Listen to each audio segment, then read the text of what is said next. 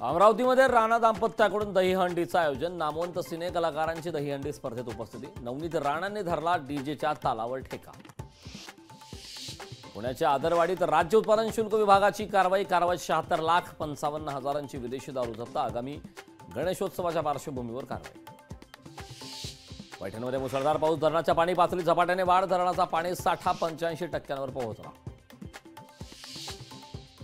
परभणीत मासोळी धरण 100% भरलं। नदीकाठच्या गावांना सतर्कतेचा इशारा। मुसळधार पावसामुळे पिण्याच्या पाण्याचा प्रश्न मिटला।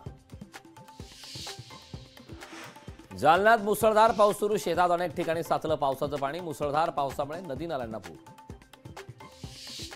बीडमध्ये पावसाची संततधार सुरू। सखल भागात साचलं पावसाचं पाणी। नाल्याचं पाणी रस्त्यावर आल्याने पसरली दुर्गंधी।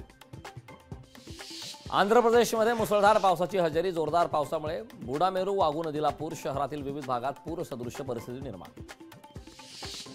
हिंगोलीत मुसळधार पावसामुळे नागरिकांचे हाल। औंढा नागनाथ मंदिरात शिरलं पावसाचं पाणी। मुसळधार पावसामुळे मंदिरात नदीचं स्वरूप। राष्ट्रपती द्रौपदी मुर्मू उद्या कोल्हापूर दौऱ्यावर। अंबाबाई देवीचं मंदिर 4 तास बंद राहणार। सकाळी 10 ते दुपारी 2 पर्यंत दर्शन बंद असणार। नांदेडमध्ये जोरदार पावसाची हजेरी। जोरदार पावसामुळे शेती पिकाचं मोठं नुकसान। पावसामुळे नदी नाल्यांना पूर आल्यानं जनजीवन विस्कळीत। ठाण्यात बाळासाहेब ठाकरे चौपाटीचं उद्घाटन। मुख्यमंत्री एकनाथ शिंदेंच्या हस्ते उद्घाटन संपन्न। अमरावतीच्या वरुडमध्ये अजित पवारांकडून संत्रा गळतीची पाहणी। गळतीचं तातडीने पंचनामे करण्याचे आदेश। पाहणी दरम्यान अजित पवारांकडून शेतकऱ्यांशी संवाद। रत्नागिरीत आरडीसीची परीक्षा तांत्रिक अडचणीमुळे रद्द। पुढील तारीख लवकरच जाहीर होणार। परीक्षा रद्द झाल्यामुळे विद्यार्थ्यांमध्ये गोंधळ। दिंडोशीत मंगळागौरीचा कार्यक्रम। भास्कर परब यांच्या माध्यमातून मंगळागौरी कार्यक्रमाचं आयोजन। शर्मिला ठाकरे, शालिनी ठाकरे यांनी घेतला मंगळगौर खेळाचा आनंद। पश्चिम बंगालमधील 2 हॉस्पिटलमध्ये अल्पवयीन मुलीवर अत्याचार। आरोपीला वाचवण्यासाठी टीएमसी नेत्याची मदत करणाऱ्या टीएमसी नेत्याच्या घराची तोडफोड।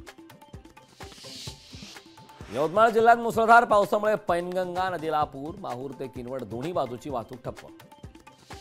कराडमध्ये भाजप युवा मोर्चाची निदर्शने। मविया विरोधात जोरदार घोषणाबाजी। पुतळा दुर्घटनेचं राजकारण सुरू असल्याचा आरोप। लोकशाही मराठी ऐका, पहा, जागरूक रहा।